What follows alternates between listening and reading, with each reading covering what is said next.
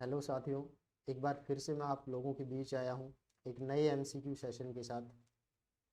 साथियों, इससे पहले कि हम एमसीक्यू सेशन को शुरुआत करें, कुछ बातें हम लोग आपसे करते हैं हर एक सेशन से पहले। साथियों, परिस्थितियाँ चाहे कैसी भी हो, सपने आखिर सपने होते हैं और हमें हर हाल में इन सपनों को पूरा करना है। जो सपने आपने देखे हैं, जो सपने मैंने देखे हैं, हर कोई सपने देखता है और उन सपनों को साकार करने के लिए, पूरा करने के लिए लगातार मेहनत करनी पड़ती है। तो जो आपका सपना है नर्सिंग ऑफिसर बनने का, साथियों, इस नर्सिंग ऑफिसर बनने के सपने के लिए जो सबसे बड़ी चीज़ की जो आवश्यकता है, वो आपके अंदर एक बर्निंग डिजायर होनी चाहिए। और ये बर्निंग जो डिजायर है, ये जो आग है, ये आपके अंदर जलनी चाहिए। ये आग ऐसी है जो आपको एक दिन नर्सिंग ऑफिसर बनाएगी। ये आग ऐसी है जो आपको रोजाना 4 से 6 घंटे पढ़ने के लिए बैठाएगी। ये आग वो है जो आपको एक हाई स्टैंडर्ड लिविंग देने वाली है। ये आग वो है जो आपके फैमिली के, बहुत ज़्यादा आपकी फैमिली के सपनों को और उनकी खुशियों को दोगुना कर देगी। तो साथियों, ये आग है, ये ठंडी नहीं होनी चाहिए। कहने का मतलब ये है, ये आग है, ये जलनी चाहिए आपके अंदर। ये वो आग है जो आपके फ्यूचर को ब्राइट कर देगी, चमकीला बना देगी। आपके आने वाले जो आपके जनरेशन है, उनके भी फ्यूचर को मेंटेन करने में ये हेल्प करेगी। तो साथियों, जो आपका नर्सिंग ऑफिसर बनने का सपना है, इसके लिए मैं आपको लोगों को बोला कि बर्निंग डिजायर होनी चाहिए और ये डिजायर आपकी कम नहीं होनी चाहिए।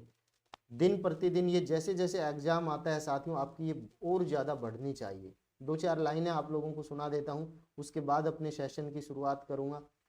आपने सुना होगा कि हो गई पीर पर्वत सी पिघलनी चाहिए। हो गई पीर पर्वत सी पिघलनी चाहिए। पीर का मतलब होता है पीड़ा और पर्वत का मतलब है बड़ी। हो गई पीर पर्वत सी पिघलनी चाहिए, इस हिमालय से कोई गंगा निकलनी चाहिए। सिर्फ हंगामा खड़ा करना मेरा मकसद नहीं, मेरी कोशिश है ये सूरत बदलनी चाहिए। मेरी कोशिश है ये सूरत बदलनी चाहिए। मेरे सीने में नहीं तो तेरे सीने में सही, मेरे सीने में ना सही तो तेरे सीने में सही, हो कहीं भी ये आग लेकिन आग जलनी चाहिए। साथियों, इस आग को कम मत करना। उसके बाद जो आपका नर्सिंग ऑफिसर बनने का जो सपना है, वो ज़रूर पूरा होगा। और आपके साथ इन्हीं शब्दों के साथ मैं आपके जो एमसीक्यू सेशन है उसकी शुरुआत कर लेता हूं। और साथियों, पहला क्वेश्चन आपकी स्क्रीन के ऊपर ये रहा, रीड आउट करिएगा सभी लोग। पहला क्वेश्चन है भाई, deficiency of the thyroxine hormone in adult leads to a condition called. एक पेशेंट है, एक मरीज है जिसमें थायराइड हार्मोन T3 का लेवल कम हो जाता है, थायरोक्सिन का लेवल कम हो जाता है एडल्ट के अंदर। तो वो किस कंडीशन की वजह से होता है? That leads to a condition called. Adult में अगर थायराइड हार्मोन कम हो जाए, मैं यहाँ पे लिख देता हूँ, आपसे क्वेश्चन ये पूछा गया है कि एडल्ट के अंदर, कोई एडल्ट है और उसके अंदर थायरोक्स T3 हार्मोन का लेवल कम हो जाए तो उसके कारण कौन सी डिजीज देखने को मिलती है? कौन सी डिजीज देखने को मिलती है? ये क्वेश्चन आपसे पूछा गया है। उस डिजीज का नाम बताना है साथियों। एडल्ट के अंदर बात कर रहा हूं मैं। आप बताएं, क्या उसमें टीटेनी हो जाता है? क्या उसमें क्रेटिनिज्म हो जाता है? क्या उसके अंदर मिक्सोडेमा हो जाता है? क्या उसके अंदर ग्रेव्स डिजीज हो जाती है? तो साथियों, मैं आपको बता देता हूं, सुन ले एक बार कि ये टीटेनी क्या होता है। टीटेनी का मतलब होता है एक ऐसा सिम्टम होता है, ये मेनली कैल्शियम की कमी की वजह से डेवलप होता है और इसको क्या बोलते हैं? टीटेनी। यानी आप लोग बोल सकते हैं कि कैल्शियम की कमी के कारण हाथ पैरों में नंबनेस वगैरह स्टार्ट हो जाती है, झंझनाहट हो जाती है। इस प्रकार के सिम्टम को आप लोग बोलते हैं टीटेनी। तो क्या T3 कम होने से टीटेनी देखने को मिलेगा? नहीं। उसके बाद है क्रेटिनिज्म। क्रेटिनिज्म एक ऐसी कंडीशन है, अगर T3 हार्मोन का लेवल बच्चों में कम हो जाए, बच्चों में अगर T3 T4 का लेवल कम हो जाता है तो उस कंडीशन को आप लोग क्या बोलते हैं? क्रेटिनिज्म। लेकिन यहाँ पे हमसे पूछा है एडल्ट के अंदर, हमसे किस में पूछा है? एडल्ट के अंदर, इसलिए आंसर ये भी नहीं होगा। मिक्सेडेमा। मिक्सेडेमा का मतलब होता है कि एडल्ट के अंदर अगर थायराइड हार्मोन की कमी हो जाती है तो उस टर्म को, उस कंडीशन को बोला जाता है मिक्सेडेमा। तो राइट आंसर आप लोगों का होगा साथियों, राइट आंसर आपका है सी। सी इज राइट आंसर, लॉक कर दिया जाए। ग्रेव्स डिजीज का भी आप लोगों को पता होना चाहिए कि ग्रेव्स डिजीज के अंदर थायराइड हार्मोन की लेवल बढ़ जाती है और इसको आप लोग बोलते हैं ग्रेव्स डिजीज, यानी हाइपरथायरॉयडिज्म का मेन कोज आपने सुना होगा, ग्रेव्स डिजीज के कारण देखने को मिलता है। आगे बढ़ते हैं हम अगले क्वेश्चन की ओर साथियों, और अगला क्वेश्चन आपका स्क्रीन के ऊपर रीड आउट करें। The nurse is teaching a client to self administer insulin. एक पेशेंट है जिसको नर्स टीच कर रही है, उसको क्या सेल्फ एडमिनिस्टर करना है इंसुलिन, कि आपको इंसुलिन, वो पेशेंट खुद इंसुलिन ले, उसके लिए कैसे एडमिनिस्टर करना है, इस बात के लिए उसको टीचिंग दे रही है nurse. The instruction should include teaching the client to. कौन सा इंस्ट्रक्शन इनमें से इंक्लूड करेगी नर्स उसको टीचिंग देने के लिए? Inject the needle, inject the needle at 45 degree angle, 45 degree angle पे इंसुलिन निडल, सिरिंज की जो निडल है उसको इंसर्ट करना चाहिए। उसके बाद है rotate the injection site, injection site को रोटेट करना चाहिए रोजाना। Vigorously massage after the injection, injection insulin injection लगाने के बाद विग्रसली मसाज करनी चाहिए, या ऑल ऑफ द अबो, सारे ही इंस्ट्रक्शन देने चाहिए उसको। तो साथियों देखो, जो इंसुलिन का इंजेक्शन है वो मेनली 45 डिग्री पे नहीं लगाया जाता है, वो 90 डिग्री के ऊपर लगाया जाता है सबक्यूटेनियस फैट के अंदर।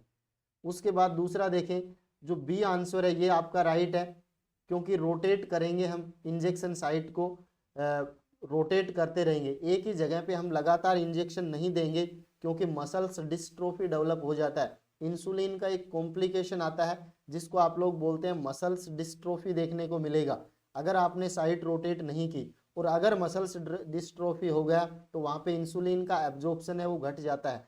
इसलिए आप लोगों को, नर्स को ये बात ध्यान में रखनी चाहिए कि इंजेक्शन साइट है इंसुलिन की वो रोजाना क्या होनी चाहिए, रोटेट होनी चाहिए एवरी टाइम। उसके बाद आप लोग ध्यान में रखें, ये हर पॉइंट आपसे एग्जाम में कभी ना कभी पूछे जाएंगे, कभी भी इंसुलिन लगाने के बाद विग्रसली मसाज नहीं करना चाहिए, कैसा भी मसाज नहीं करना चाहिए इंजेक्शन लगाने के बाद। तो राइट आंसर आपको मिल गया होगा। आगे बढ़ते हैं, अगला क्वेश्चन है, nerve involve in carpal tunnel syndrome. एक डिजीज होती है कार्पल टनल सिंड्रोम। इस कार्पल टनल सिंड्रोम के अंदर, कार्पल टनल सिंड्रोम के अंदर मेनली कौन सी नर्व के इन्वॉल्वमेंट के कारण देखने को मिलता है कार्पल टनल सिंड्रोम? तो आप लोग बताएं साथियों, आपने देखा होगा कि जो मीडियन नर्व है, राइट आंसर बता देता हूं पहले, मीडियन नर्व होती है एक, जिसको आप लोग सबसे लेबोरियस नर्व भी बोलते हैं, बहुत ज़्यादा मेहनती नर्व भी बोलते हैं, लेबोरियस नर्व भी बोलते हैं, मैंने पिछले सेशन में भी आपको बताया था। इस मीडियल नर्व के अंदर अगर डिस्टरबेंस हो जाता है तो आपको क्या देखने को मिलता है, कार्पल टनल सिंड्रोम देखने को मिलता है। साथियों याद रखें राइट आंसर। उसके बाद मैंने आपसे बताया होगा कि जो रेडियल नर्व होती है इसके अंदर डिस्टरबेंस होने की वजह से रिस्ट ड्रॉप देखने को मिलता है। उसके बाद अल्नर नर्व की वजह से ऐसा नहीं होता है। एक नर्व है, आपको नया नाम दिख रहा होगा, पेरोनियल नर्व। आप लोग पेरोनियल का मतलब समझे पैर से, ये कोई स्पेशल टर्म नहीं है, मैं याद करने के लिए आप लोगों को बता रहा हूँ। पेरोनियल का मतलब पैर से, ये नई नर्व का नाम आप सुन रहे होंगे। और पेरोनियल नर्व है, ये रेस्पॉन्सिबल होती है अगर इसके अंदर डिस्टरबेंस हो जाए, इसके अंदर डिस्टरबेंस हो जाए तो आप लोगों को क्या देखने को मिलेगा, फुट ड्रॉप देखने को मिलेगा। साथियों क्या देखने को मिलेगा आपको, फुट ड्रॉप देखने को मिलेगा। इस क्वेश्चन को भी आप लोग याद कर लेना, फ्यूचर नर्सिंग ऑफिसर्स, ये क्वेश्चन आपके कॉम्पिटिटिव एग्जाम का है, ये क्वेश्चन आपको नर्सिंग ऑफिसर बनाने का है, ये क्वेश्चन आपके जो सपना है आपका नर्सिंग ऑफिसर बनने का उसको साकार करने वाला क्वेश्चन है, क्योंकि ऐसे क्वेश्चन एग्जाम में बहुत ज़्यादा पूछे जाते हैं। तो आप लोग ध्यान रखें, कभी नहीं भूलना। आगे बढ़ता हूं मैं, नेक्स्ट आप लोग, अगला क्वेश्चन है, विच of the following action, which of the following action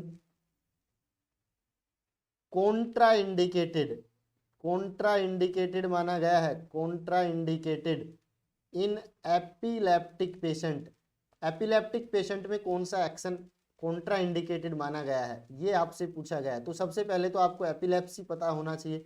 epilepsy का मतलब होता है सीजर और एपिलेप्सी, जिसको मिर्गी आना भी बोलते हैं, कि ब्रेन की जो केमिकल्स हैं उनके अंदर क्या हो जाता है, इम्बैलेंस हो जाता है। उसकी वजह से आपको कुछ तरह के सिम्टम्स देखने को मिलते हैं, जिसको आप एपिलेप्सी और सीजर बोल के चलते हैं।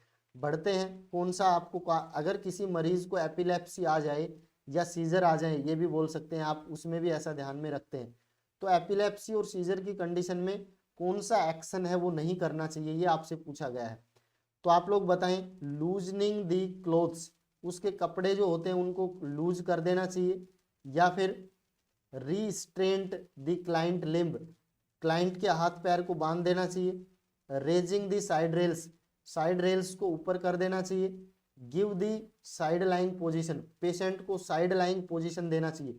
साथियों ये क्वेश्चन वेरी वेरी इंपॉर्टेंट है, बहुत बहुत इंपॉर्टेंट है, नोट लगा लेना। जितने का भी नोट है आपके पास, 50 का, 100 का, 500 का, यहाँ पे लगा देना, क्योंकि ये क्वेश्चन इतना ज़्यादा इंपॉर्टेंट है। इसकी हर लाइन से क्वेश्चन पूछा गया है आपसे। आप एक चीज़ तो ये बता दें कि सबसे पहले तो हमें ये पता होना चाहिए कि एपिलेप्सी वाले पेशेंट में क्या क्या एक्शन हमें करने चाहिए, किन बातों का ध्यान में रखना चाहिए। फिर जो नहीं करना है वो हमें अपने आप पता लग जाएगा। तो देखो, जब भी पेशेंट को एपिलेप्सी और सीजर आते हैं तो ऐसे मरीज को साथियों आप लोगों को क्या करना है, उसके कपड़ों को लूज कर देना है, लूज दी क्लोथ्स, उसके कपड़ों को क्या कर देना है, लूज कर देना है, ताकि जब उसके अंदर मसल्स का कॉन्ट्रैक्शन और ऐसे जब रिलैक्सेशन होगा तो उस दौरान अगर टाइट कपड़े होंगे तो पेशेंट को क्या होगी, परेशानी होगी। दूसरा, टाइट कपड़ों के अंदर हो सकता है उसको रेस्पिरेशन के अंदर भी दिक्कत आए, तो इसलिए हम लूज कर देते हैं कपड़े। उसके बाद नेक्स्ट आप लोग देखें, हमेशा आपको अगला पॉइंट देखना, रेज दी साइड रेल्स, जो साइड रेल्स होती हैं उनको अप कर देते हैं, क्योंकि पेशेंट के गिरने की संभावना बहुत ज़्यादा होती है और पेशेंट को हेड इंजरी वगैरह होने के चांस बहुत ज़्यादा होते हैं, इसलिए आप लोग ध्यान में रखें। उसके बाद गिव दी साइड लाइंग पोजीशन, तुरंत पेशेंट को कौन सी पोजीशन दे दें, साइड लाइंग पोजीशन दे दें। और साइड लाइंग पोजीशन देंगे तो उसमें एस्पिरेशन होने के चांस नहीं रहेंगे, उसके अंदर लार वगैरह है वो साइड लाइंग पोजीशन से बाहर आ जाएगी। तो वेरी इंपॉर्टेंट है।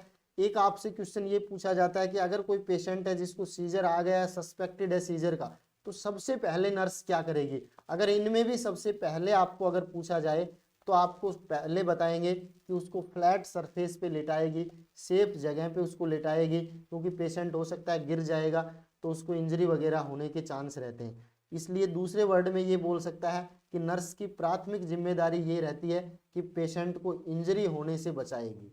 तो इंजरी होने से कैसे बचाएगी, जब उसको सेफ जगह पे उसको लिटा देगी, सेफ पोजीशन में उसको वो करेगी। तो पहली प्रायोरिटी ये है, आप लोग ध्यान में रखें। बाकी क्या नहीं करना है, तो नहीं करना आपको, रीस्ट्रेंट नहीं करना है, पेशेंट को बांधना नहीं है, क्योंकि सीजर और जो आपका एपिलेप्सी है इसमें कॉन्ट्रैक्शन होंगे, तेज कॉन्ट्रैक्शन होंगे इनवॉलेंट्री, और इन कॉन्ट्रैक्शन के अंदर अगर आप उसको रीस्ट्रेंट कर देंगे, बांध देंगे, तो मसल्स ब्रेक डाउन होने का चांस हो सकता है, बोन ब्रेक डाउन होने का चांस हो सकता है, जॉइंट में लगने का चांस होता है, ये ध्यान रखें। अगले क्वेश्चन की ओर बढ़ते हैं। अगला क्वेश्चन आपका है, most effective treatment for ischaemic stroke.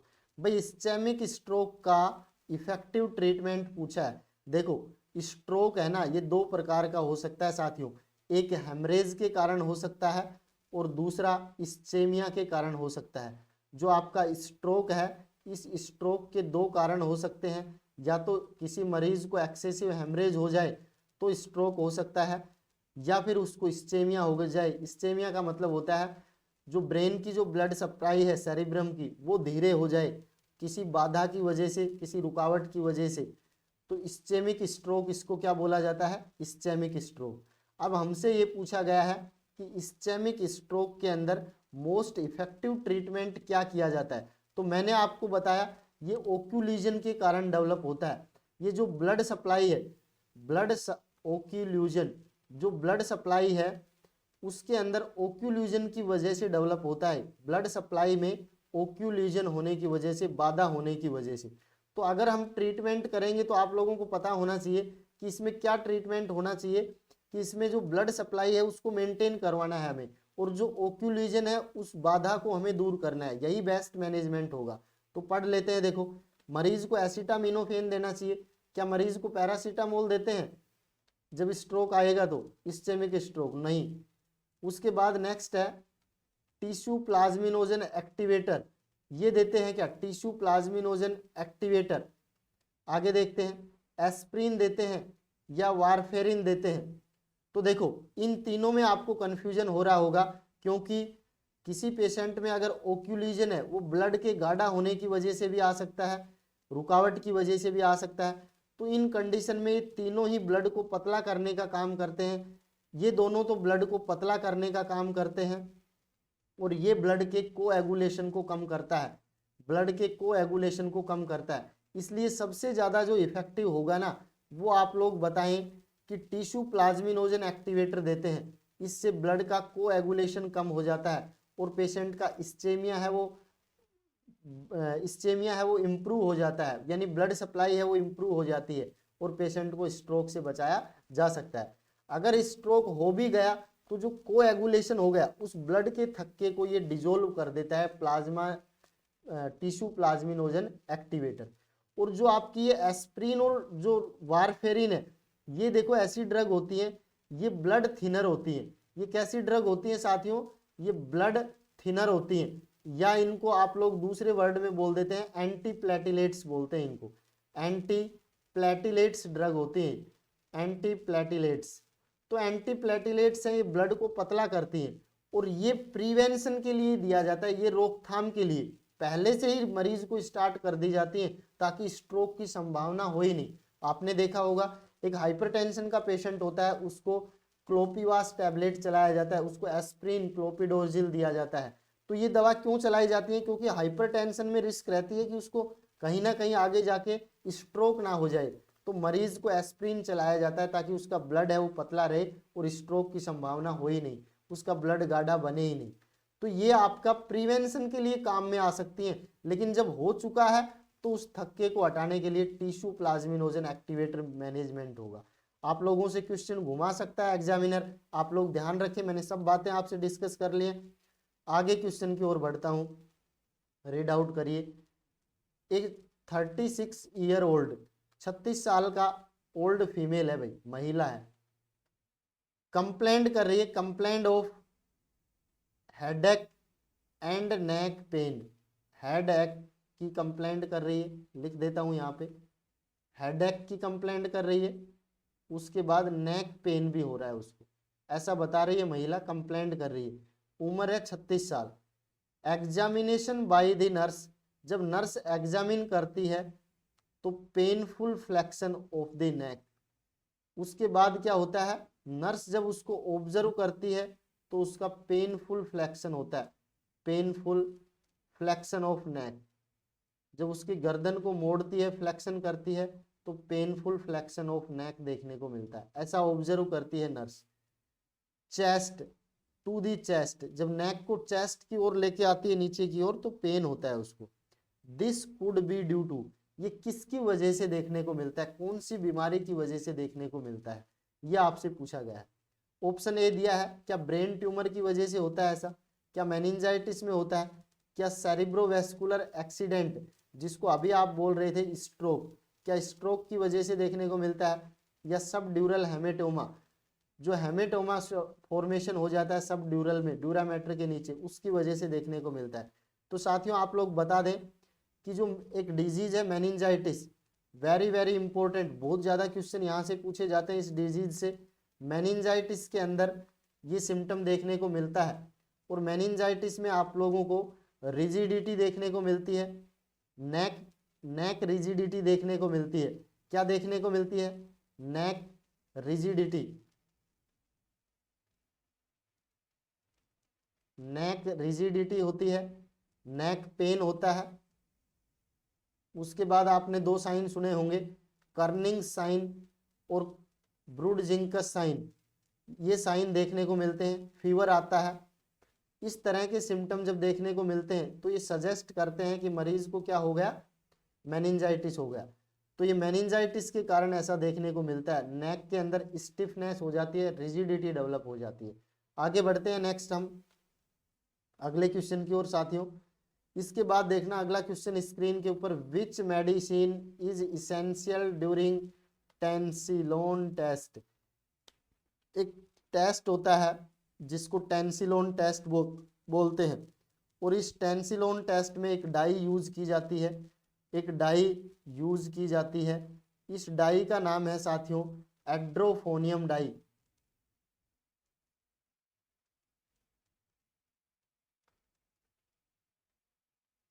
EDRO एड्रोफोनियम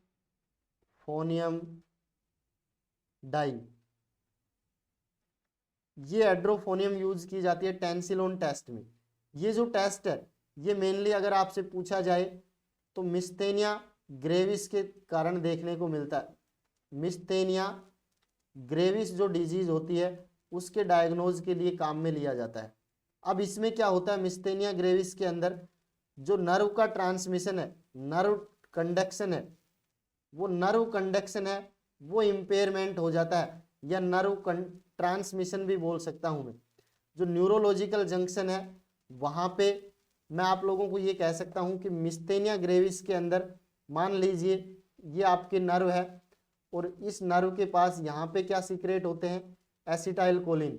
ये कोई दूसरी नर्व है, ये कोई दूसरी नर्व है, इन नर्व साइट पे क्या सीक्रेट होते हैं, एसिटाइल कोलिन, जिसको न्यूरोट्रांसमीटर बोलते हैं। ये यहाँ पे सीक्रेट होते हैं, इसको बोलते हैं न्यूरो जंक्शन। जहाँ पे दो न्यूरॉन्स आपस में कनेक्ट होते हैं उसको न्यूरल जंक्शन बोलते हैं। तो यहाँ पे एसिटाइल कोलिन का जब सीक्रेशन कम हो जाता है तो उसकी वजह से आपको क्या देखने को मिलता है, नर्व का ट्रांसमिशन है वो धीरे देखने को मिलता है, स्लो हो जाता है। तो अब ऐसी कंडीशन में क्या करेंगे, इसका पता लगाने के लिए हम एक ड्रग देते हैं, एक टेस्ट करते हैं, और उस टेस्ट का नाम है टेंसिलोन टेस्ट। इस टेंसिलोन टेस्ट में एक दवा देते हैं जिसको बोलते हैं एड्रोफोनियम, और ये एड्रोफोनियम जब डालेंगे हम पेशेंट को तो ये एसिटाइल कोलिन को ज़्यादा रिलीज करवा देगी इस साइड पे। तो अब मुझे एक बात बताएं, जिसको मिस्थेनिया ग्रेविस होगा उसमें तो एसिटाइल कोलिन की यहाँ पे कमी देखने को मिल रही थी, लेकिन साथियों जब हम उस मिस्थेनिया वाले पेशेंट को ये ड्रग लगा देंगे, टेंसिलोन टेस्ट जब करेंगे उस दौरान, तो यहाँ पे एसिटाइल कोलिन का ज़्यादा सीक्रेशन हो जाएगा, प्रेजेंस ज़्यादा देखने को मिलेगी। अब क्या होगा, प्रेजेंस ज़्यादा होगी एसिटाइल कोलिन की, तो जो वीकनेस थी पेशेंट की वो वीकनेस क्या हो जाएगी, इम्प्रूव हो जाएगी, इम्प्रूव देखने को मिलेगी, यानी उसका मूवमेंट बहुत अच्छा हो जाएगा, उसको इम्प्रूवमेंट देखने को मिलेगा। इसलिए हम लोग अनुमान लगा देंगे कि टेंसिलोन टेस्ट क्या है, पॉजिटिव है, कि उस पेशेंट को मिस्थेनिया ग्रेविस ही है। क्योंकि जब हमने ये दवा नहीं दी थी उससे पहले उसमें एसिटाइल कोलिन नहीं बन रहा था, लेकिन जैसे ही हमने दवा दी तो एसिटाइल कोलिन का सीक्रेशन वहाँ पे ज़्यादा हो गया, और फिर वापस नर्व कंडक्शन अच्छा हो गया, ट्रांसमिशन अच्छा हो गया, तो हमें पता लग जाता है कि टेस्ट कैसा है, पॉजिटिव है। तो आप लोगों से ये पूछा है कि एक इसेंशियल मेडिसिन, अब इस टेस्ट को जब करते हैं तो आप लोगों ने देखा होगा यानी जो कोलिनर्जिक एक्टिविटी है ना वो बढ़ जाती है, और इसकी वजह से क्या हो सकता है, कोलिनर्जिक क्राइसिस आ सकता है, कोलिनर्जिक क्राइसिस। एक बात सुनना मेरी आप लोग, अगर एसिटाइल कोलिन बहुत ज़्यादा सीक्रेट हो जाता है तो एक्टिविटी बहुत ज़्यादा बढ़ जाएंगी, उसकी वजह से मरीज में क्या देखने को मिल सकता है, कोलिनर्जिक क्राइसिस। क्योंकि जब आप दवा देंगे तो बहुत ज़्यादा यहाँ पे क्या हो सकता है, एसिटाइल कोलिन का सीक्रेशन, तो उस कोलिनर्जिक क्राइसिस डेवलप हो जाएगा। तो उसको ट्रीट करने के लिए आपके पास एक दूसरी दवा होनी चाहिए, और उस दूसरी दवा का नाम क्या है ये आपसे पूछा गया है, कि अगर आप किसी टेस्ट को कर रहे हैं तो उसके कारण जो कॉम्प्लिकेशन के चांस रहते हैं उस कॉम्प्लिकेशन को बचाने के लिए आपको इन हैंड या आपको पास में एक दवा रखनी पड़ती है, तो उस दवा का नाम पूछा गया है। या फिर आप बोल सकते हैं कि एड्रोफोनियम की जब टॉक्सिसिटी हो जाएगी तो उसके लिए क्या यूज करेंगे, तो इसको बोलते हैं एट्रोपिन सल्फेट यूज करते हैं। क्या बोलते हैं साथियों, इसको एट्रोपिन सल्फेट। इस टेंसिलोन टेस्ट में ही ये एड्रोफोनियम डाई होती है, इसी के अंदर जो ड्रग्स होती हैं वो आप एग्जाम्पल बोल सकते हैं फिजियोस्टिगमाइन, नियोस्टिगमाइन, फिजियोस्टिगमाइन, फिजियोस्टिगमाइन और नियोस्टिगमाइन ड्रग यूज करते हैं, नियोस्टिगमाइन ये ड्रग यूज करते हैं इस डाई के रूप में। ये मैं आपको एग्जाम्पल बता रहा हूँ, इसके एग्जाम्पल बता रहा हूँ, एड्रोफोनियम के एग्जाम्पल, फिजियोस्टिगमाइन, नियोस्टिगमाइन। अब सीधा सीधा आपसे अगर एक क्वेश्चन पूछ लिया जाता है कि what is the antidote of नियोस्टिगमाइन और फिजियोस्टिगमाइन, तो आप लोग आंसर बता देना एट्रोपिन सल्फेट। ये इन्हीं की टॉक्सिसिटी तो है, इस टॉक्सिसिटी से बचाने के लिए ही तो हम एट्रोपिन सल्फेट रेडी रखते हैं। उसके बाद आपने देखा होगा ये एन एसिटाइल सिस्टीन है, ये पीसीएम का एंटीडोट है। फ्लूमाजेनिल आपने देखा होगा साइकेट्रिक के अंदर एक ड्रग है, उसका आपको एंटीडोट माना जाता है। एक नैलेक्सोन आपने देखा होगा, जो नैलेक्सोन है, ये नैलेक्सोन आपने जो ओपोइड्स है, ओपोइड्स का एंटीडोट है, ओपोइड्स एंटीडोट के रूप में काम में लेते हैं एंटीडोट। तो मैंने यहाँ से बहुत से क्वेश्चन आपके क्लियर कर दिए हैं। आगे बढ़ते हैं अगले क्वेश्चन की ओर। यहाँ पे देखो एक इसका एक्सप्लेनेशन भी मैंने दिया है, वापस बता दूं, ये टेंसिलोन एड्रोफोनियम, इसको एड्रोफोनियम भी बोलते हैं टेस्ट, क्योंकि इसमें एड्रोफोनियम डाई यूज की जाती है। टेस्ट इज डायग्नोस्टिक टेस्ट, ये डायग्नोस्टिक टेस्ट है जो यूज किया जाता है मिस्थेनिया ग्रेविस को डायग्नोज करने के लिए। ये क्वेश्चन आपके कॉम्पिटिटिव एग्जाम का है, कौन सी डिजीज को फाइंड आउट करने के लिए ये टेस्ट किया जाता है। आगे देखें, जो एड्रोफोनियम है ये प्रिवेंट कर देता है break down of acetyl choline, acetyl choline का ये ब्रेक डाउन भी रोक देता है, साथ में ये क्या कर देता है, इंक्रीज कर देता है acetyl choline level at neuromuscular junction. मैंने आप लोगों को बताया है डायग्राम बना के भी कि न्यूरोमस्कुलर जंक्शन पे ये एसिटाइल कोलिन का लेवल बढ़ा देता है, और इससे जो वीकनेस थी वो इम्प्रूव हो जाती है, स्ट्रेंथन डेवलप हो जाती है। एट्रोपिन एक प्रिपेयर रख के रखेंगे हम, immediate use in case of cholinergic crisis. अगर उस मरीज को इसकी टॉक्सिसिटी ना हो जाए, ज़्यादा एसिटाइल कोलिन की वजह से कोलिनर्जिक क्राइसिस ना हो जाए, तो उस कंडीशन में हम एक दूसरी ड्रग प्रिपेयर करके रखते हैं जिसको आप लोग बताते हैं एट्रोपिन सल्फेट। ये भी आपके कॉम्पिटिटिव एग्जाम का क्वेश्चन है। क्लियर हो गया होगा अब आपको। आगे बढ़ता हूँ। Brudzinski's sign and Kernig sign are diagnostic sign of, मैंने थोड़ी देर पहले बता दिया कि ब्रूड-जिंकिस और कर्निंग साइन है, ये कौन सी डिजीज के क्लासिकल साइन भी माने जाते हैं। तो आप लोग बताना, मेनिंजाइटिस के अंदर ऐसा देखने को मिलता है। कैसे होते हैं आप लोगों को मैं अभी एक स्लाइड दिखाऊंगा, आप लोगों से इमेज बेस में भी ये क्वेश्चन आपसे पूछा जाता है साथियों। प्यारे फ्यूचर नर्सिंग ऑफिसर्स ध्यान रखना, आपसे इमेज बेस में भी ये क्वेश्चन पूछा जा सकता है।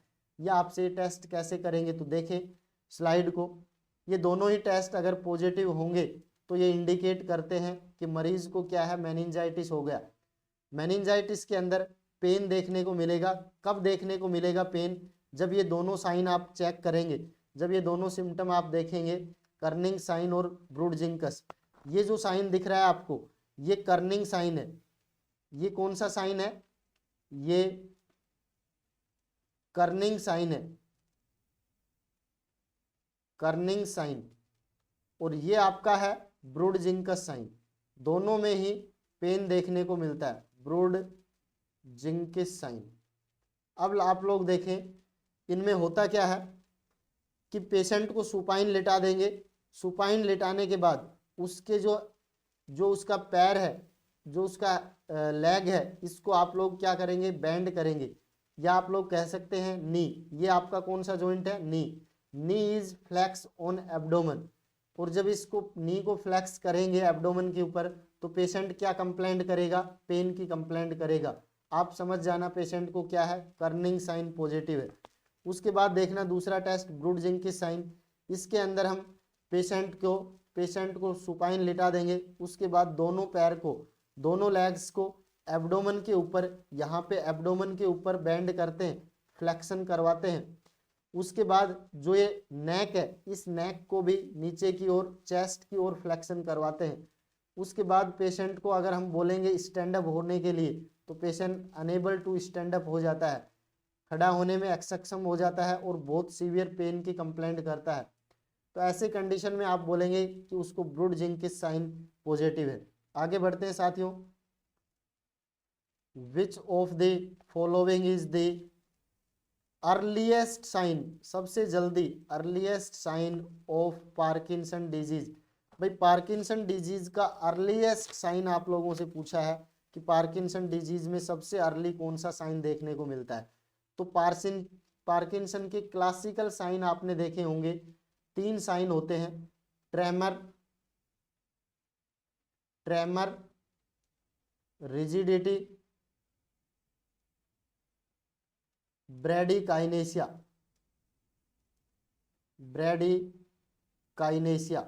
ये 3 साइन होते हैं जो वेरी वेरी इंपॉर्टेंट होते हैं पार्किंसन के लिए, और इनको क्लासिकल सिम्टम भी बोलते हैं।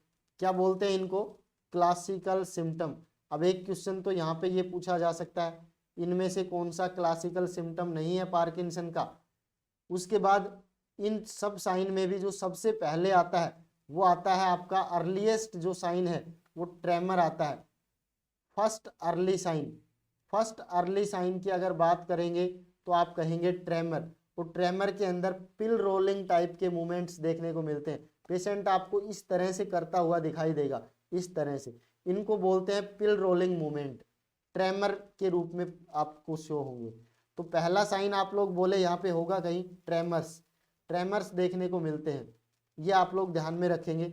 उसके बाद डिस्टर्ब विजन भी होती है, देखने में भी उसको थोड़ा डिस्टर्बेंस आ जाता है, भूलने भी लग जाता है, फॉरगेटफुलनेस, मसल्स एट्रोफी भी देखने को मिलती है। लेकिन जो सबसे अर्ली पूछा गया हमसे तो ये आप आंसर देंगे। उसके बाद अगले क्वेश्चन पे बढ़ते हैं, which of the following factor is most important in preventing fetal neural tube defect. भाई फीटस में न्यूरल ट्यूब डिफेक्ट को रोकना है तो कौन सी मोस्ट इम्पोर्टेंट प्रिवेंशन काम में लेते हैं? एनटीडी को रोकने के लिए। एनटीडी का प्रिवेंशन कैसे किया जाता है? न्यूरल ट्यूब डिफेक्ट का प्रिवेंशन। तो आप लोग बताएंगे प्रिवेंशन का मतलब होता है रोकथाम, और रोकथाम के लिए आप कौन सी दवा देते हैं? तो आप लोग बोलेंगे फोलिक एसिड स्टार्ट कर देते हैं उस पेशेंट का। वेरी वेरी इंपॉर्टेंट है। जिस भी पेशेंट को आपने देखा होगा, किसी भी पेशेंट को अगर प्रेगनेंसी के दौरान महिला को क्या स्टार्ट कर दिया जाता है? फोलिक एसिड स्टार्ट कर दिया जाता है साथियों। और ये फोलिक एसिड किस लिए स्टार्ट किया जाता है प्रेग्नेंट महिला में? तो आप कहेंगे न्यूरल ट्यूब डिफेक्ट को रोकने के लिए। आपसे पूछा जाता है, बहुत इंपॉर्टेंट क्वेश्चन यहाँ पे, कि फोलिक एसिड कब स्टार्ट करना चाहिए? तो आप कहेंगे 4 week before the conception, 4 week before the conception, या आप लोग 1 मंथ भी बोल सकते हैं, 28 दिन 30 दिन भी बोल सकते हैं। वेरी वेरी इंपॉर्टेंट, ये हजारों बार ये क्वेश्चन एग्जाम में पूछा गया है कि फोलिक एसिड स्टार्ट करने का बेस्ट टाइम कब होता है न्यूरल ट्यूब डिफेक्ट को रोकने के लिए? तो आप कहेंगे कंसेप्शन होने से, प्रेग्नेंट होने से पहले ही, जब वो प्लान कर रहे हैं प्रेगनेंसी का, उससे पहले ही 4 वीक पहले फोलिक एसिड स्टार्ट कर दें, अच्छा रहेगा। आप लोग बताएं, 5 mg बीडी डोज के रूप में इसको स्टार्ट किया जाता है। अगर किसी को न्यूरल ट्यूब डिफेक्ट की हिस्ट्री नहीं है, अगर न्यूरल ट्यूब डिफेक्ट की हिस्ट्री है उस पेशेंट को, तो फिर आप लोगों को डोज बढ़ानी पड़ेगी, 12 मिलीग्राम डेली यूज किया जाएगा बीडी। तो इस तरह से आप लोग बता सकते हैं फोलिक एसिड की कमी से न्यूरल ट्यूब डिफेक्ट होता है, मोस्ट कॉमन कोज माना जाता है, ध्यान रखें। नेक्स्ट आगे बढ़ते हैं, क्वेश्चन नंबर 11 है, McEwen sign is an indication of. McEwen sign किस में देखने को मिलता है? आप लोग कहेंगे सेरिब्रल पाल्सी में, नहीं भाई। मेंटल रिटार्डेशन में, नो। हाइड्रोसिफेलस, मेनिंजाइटिस, तो ये साइन आपको हाइड्रोसिफेलस में देखने को मिलता है। बहुत इंपॉर्टेंट साइन है, पूछा जाता है। तो आप लोगों को बता देना यहाँ पे कि ये साइन कैसा है होता है। मैं थोड़ा सा बेसिक आपको बता देता हूँ कि जो एंटीरियर फोंटानेल है ना, एक डिजीज होती है हाइड्रोसिफेलस, और हाइड्रोसिफेलस के अंदर जो सर है, इसके अंदर CSF का ज़्यादा कलेक्शन हो जाता है, हेड के अंदर, बच्चे के अंदर ज़्यादा देखने को मिलती है। अब जो एंटीरियर फोंटानेल है वो क्या हो जाता है? सेपरेट टाइप का हो जाता है, बल्जिंग टाइप का हो जाता है। इस तरह का आपको देखने को मिलेगा क्योंकि प्रेशर ज़्यादा होने की वजह से, और इसके कारण जो आपका जो हेड है, इसके ऊपर बच्चे के कुछ साइंस देखने को मिलते हैं। कुछ रेड टाइप का साइन देखने को मिलता है और यहाँ की स्ट्रक्चर में भी कुछ चेंजेस देखने को मिलते हैं चमकीले टाइप का, तो इसको बोलते हैं मैस्वेन साइंस बोलते हैं इसको। इसके अंदर एक साउंड देखने को मिलती है, आपसे पूछी जाती है एग्जाम में, याद कर लेना कि मैस्वेन साइन के अंदर या हाइड्रोसिफेलस के अंदर, हाइड्रोसिफेलस के अंदर मैं ये बोल सकता हूँ कि इस हाइड्रोसिफेलस के अंदर कौन सी साउंड देखने को मिलती है, तो आप कहेंगे मैस्वेन साइन या मैस्वेन साइन में क्रैकपोर्ट साउंड देखने को मिलती है। क्रैकपोर्ट साउंड, क्रैकपोर्ट साउंड देखने को मिलती है। और क्रैकपोर्ट साउंड का मतलब होता है चटक चटक की आवाजें आती है, जैसे कोई चीज टूटती है, इस तरह की आवाजें आएंगी आपको, इसको बोलते हैं क्रैकपोर्ट साउंड। किस में देखने को मिलती है? मैस्वेन साइन में। मैस्वेन साइन किस में देखने को मिलता है? हाइड्रोसिफेलस में। आगे बढ़ते हैं, अगला क्वेश्चन है the most early symptom of laryngeal cancer. Laryngeal cancer का अर्ली सिम्टम पूछा है।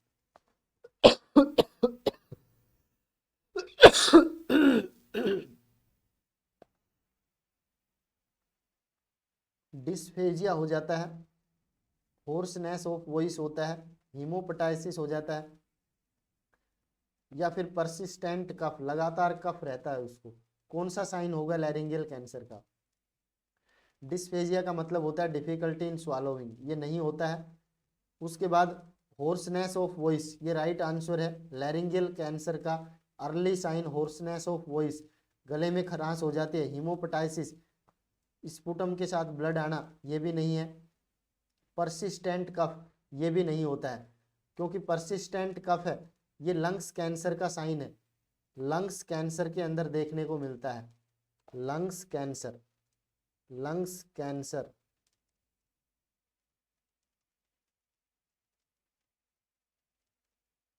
लंग्स कैंसर में देखने को मिलेगा। तो आप लोगों को क्लियर हुआ होगा। आगे बढ़ते हैं, vicryl is a which type of suture. देखो सूचर दो टाइप के होते हैं, एक होते हैं नेचुरल, सॉरी एक होते हैं एब्जॉर्बल, एब्जॉर्बल, और दूसरे होते हैं non absorbable, non absorbable,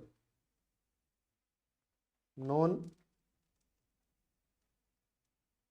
absorbable. अब साथियों देखना, जो एब्जॉर्बल है ये भी दो टाइप के होते हैं, एक नेचुरल होते हैं, नेचुरल एब्जॉर्बेटिक, और एक सिंथेटिक होते हैं। नेचुरल का मतलब प्राकृतिक तरीके से बनाए जाते हैं, सिंथेटिक का मतलब कृत्रिम तरीके से बनाए जाते हैं सूचर।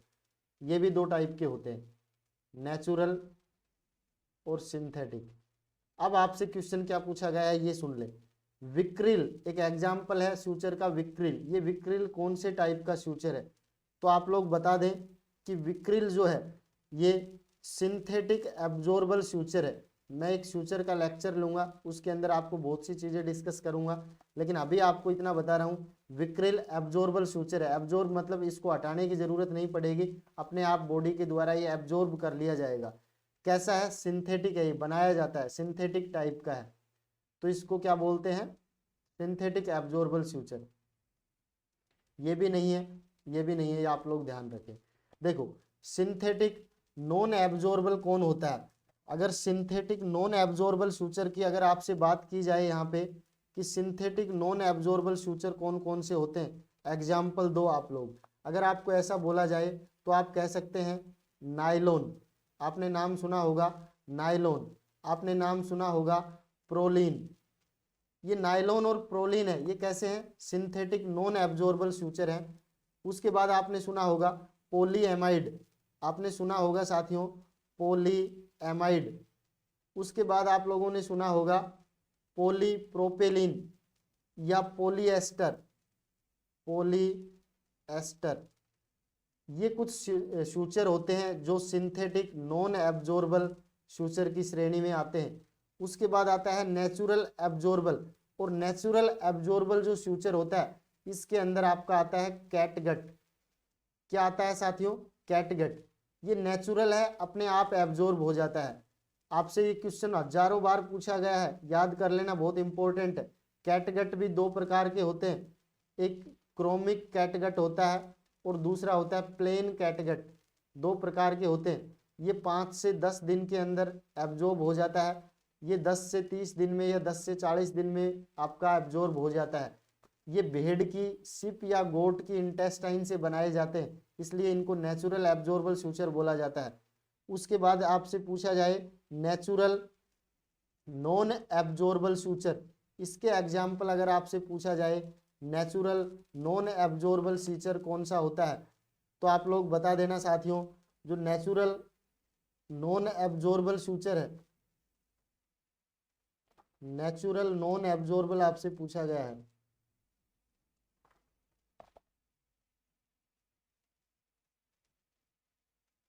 तो इसके अंदर आप लोग बताना। देखो नेचुरल भी हो और कैसा हो, नॉन एब्जॉर्बल, ये ध्यान देना। देखो नेचुरल नॉन एब्जॉर्बल, कंफ्यूज मत होना।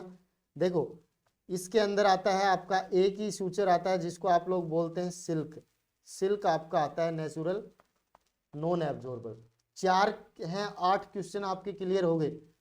सिंथेटिक एब्जॉर्बल के अंदर, जो सिंथेटिक एब्जॉर्बल होता है उसके अंदर एक तो आपका विक्रिल आता है, एक आपने सुना होगा पॉलीग्लैक्टिन। इसके एग्जाम्पल मैं आपको बता देता हूं। विक्रिल होता है, विक्रिल होता है, उसके बाद पॉलीग्लाइक्टिन, पॉलीगैलेक्टिन ये होता है, और एक आपने सुना होगा पॉलीग्लाइकोलिक एसिड, पॉलीग्लाइकोलिक एसिड, पॉलीग्लाइकोलिक एसिड। साथियों मैंने बहुत से क्वेश्चन आपके क्लियर कर दिए हैं। ये 3 एग्जाम्पल आपके क्या हैं, ये तीनों एग्जाम्पल आपके सिंथेटिक एब्जॉर्बल सूचर के हैं। उसके बाद सिंथेटिक एब्जॉर्बल। अब नेचुरल एब्जॉर्बल, तो नेचुरल एब्जॉर्बल में कैटगट, और कैटगट आपका क्रोमिक और प्लेन कैटगट होता है। ये ब्राउन कलर का होता है, ये डार्क कलर का होता है। उसके बाद सिंथेटिक नॉन एब्जॉर्बल, तो नॉन एब्जॉर्बल में नायलॉन, प्रोलिन, पॉलीएमाइड, पॉलिस्टर। उसके बाद नेचुरल नॉन एब्जॉर्बल तो सिल्क। यानी मैंने दोनों कैटेगरी को पूरा आपका सूचर का चैप्टर ही रिवाइज कर दिया है। सूचर और वुंड लेंथ है वो कितना होना चाहिए, वुंड से 2 गुना लंबा होना चाहिए आपका जो धागा है वो, तो 2:1 यूज करते हैं।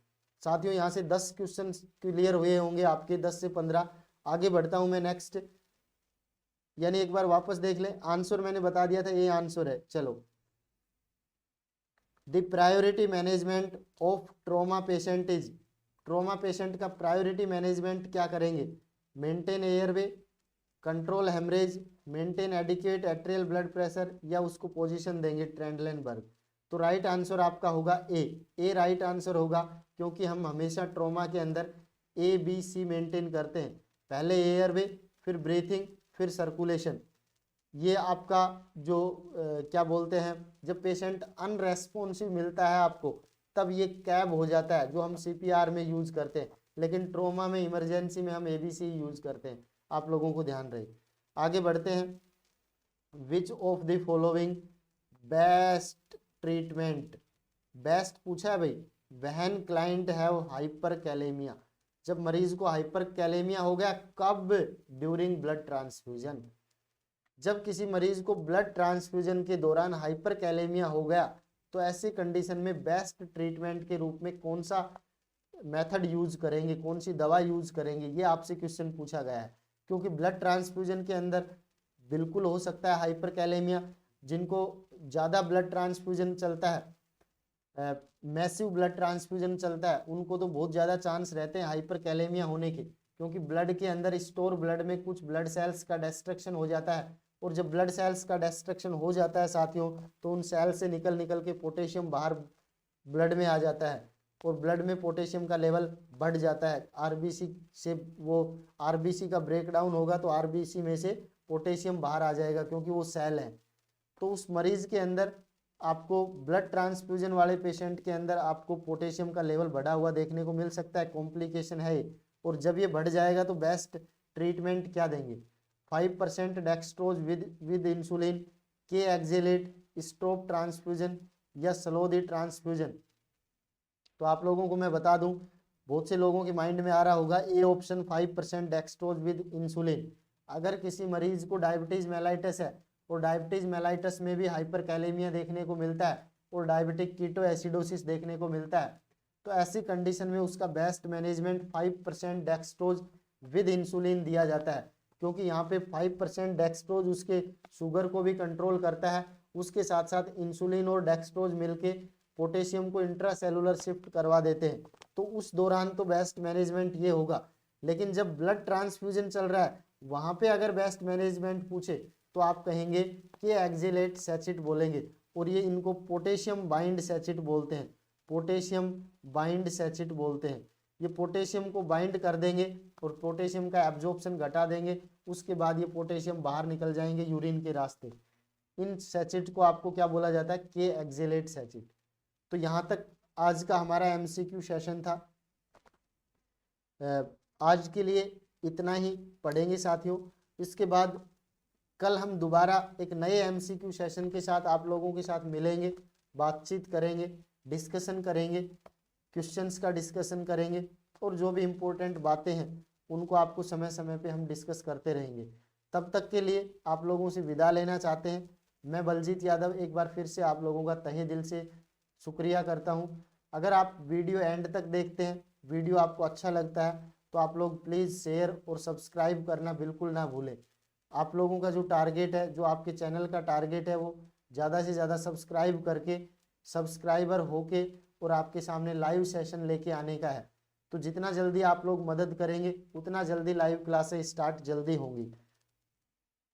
उसके बाद साथियों, एम नर्सिंग कैरियर पॉइंट का हमेशा से ये उद्देश्य रहा है, हमेशा से ये प्राइम रेस्पॉन्सिबिलिटी भी रही है कि जो भी स्टूडेंट दूर दराज के क्षेत्र में जो बैठे हुए हैं, किसी कारणवश शहरों में आके पढ़ाई नहीं कर पाते हैं या फिर जॉब के अंदर है, जॉब छोड़ नहीं पाते हैं और उनके अंदर पढ़ने की एक डिजायर है, तो उन लोगों की स्टडी ना रुके, इन सब चीज़ों के लिए, या फिर कोई पुअर स्टूडेंट है, उसकी पैसों की वजह से कोई उसकी पढ़ाई के अंदर कोई दिक्कत ना आए, इन सब कारणों की वजह से हम यहाँ पे लाइव सेशन लेके आने का प्लान है। तो साथियों, जो इम्पोर्टेंट गोल हमारा है कि देखो चाहे कुछ भी हो जाए लेकिन किसी भी बच्चे की पढ़ाई नहीं रुकनी चाहिए। इन्हीं शब्दों के साथ मैं आप लोगों से विदा लेता हूँ और मिलेंगे अगले लेक्चर के अंदर। धन्यवाद।